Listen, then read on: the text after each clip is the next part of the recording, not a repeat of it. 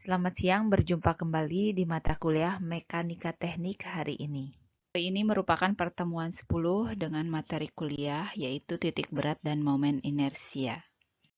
Pada perhitungan titik berat bekerja dengan momen yang statis linear atau statis momen, sedangkan pada perhitungan tegangan bekerja dengan statis kuadrat atau momen inersia. Yang pertama adalah titik berat. Jadi titik berat atau pusat suatu luasan merupakan suatu titik yang jika seluruh permukaan dipusatkan di titik tersebut, maka akan memberikan statis momen yang sama terhadap kedua sumbu. Titik berat suatu benda atau bidang penampang dapat ditentukan dengan cara membuat sumbu X dan Y pada benda tersebut pada sisi luar penampang. Di ini sumbu X dan juga sumbu Y.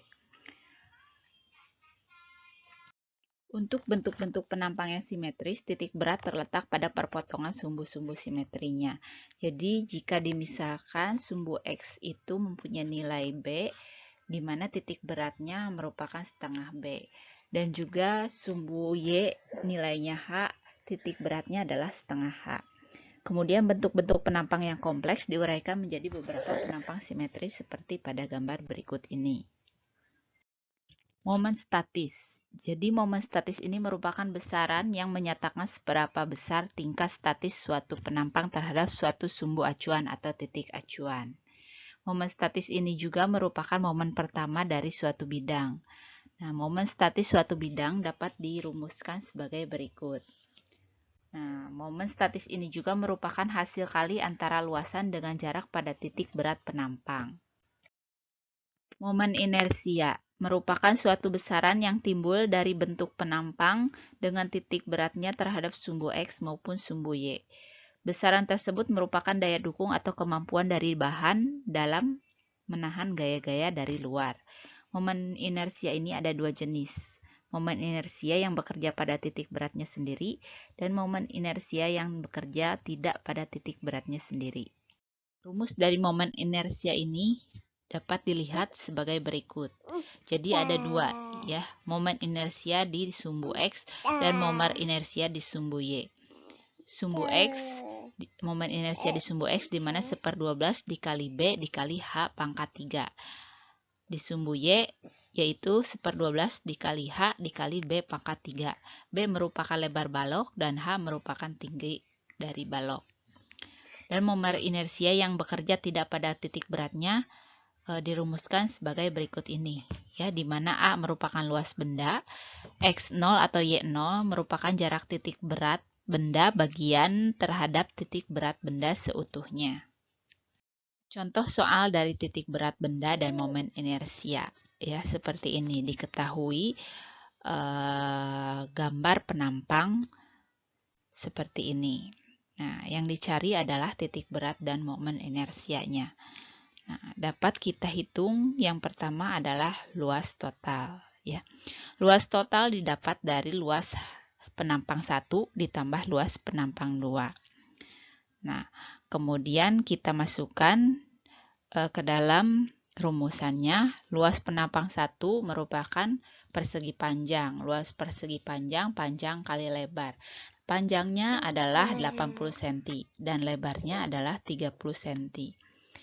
Sedangkan luas 2 yaitu panjangnya adalah 60 cm dan lebarnya adalah 20 cm. Kemudian dijumlahkan dan mendapat hasilnya adalah 3.600 cm persegi.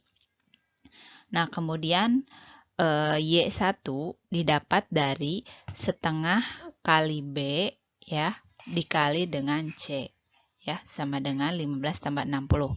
Sedangkan Y2 di sini merupakan setengah kali C ya, setengah dari C ini. Luas penampang panjang penampang dari luas kedua. Titik berat pada penampang tersebut yang pertama terhadap sumbu Y yaitu simetris ya sama dengan 40 cm. Kemudian terhadap sumbu X kita hitung dengan menggunakan rumusan L1 yaitu luas penampang 1 dikali dengan Y1 yaitu titik berat di penampang 1 ditambah dengan luas 2 dikali dengan Y2 sama dengan L kali Y. Jadi L kali Y ini merupakan titik berat secara keseluruhan. Ya, kemudian masukkan angka-angkanya dan didapatlah Y-nya itu sama dengan 60 cm.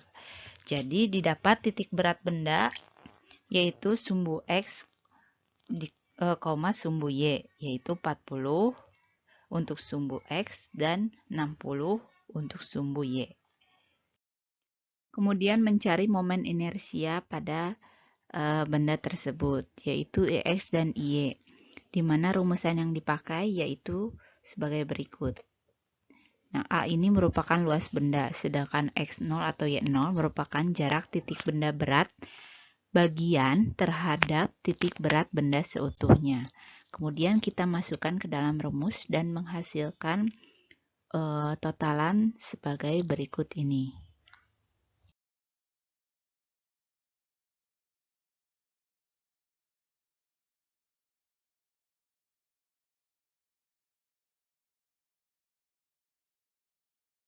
Sekian materi kuliah hari ini. Silahkan kerjakan kuisnya dan terima kasih. Sampai jumpa lagi minggu depan.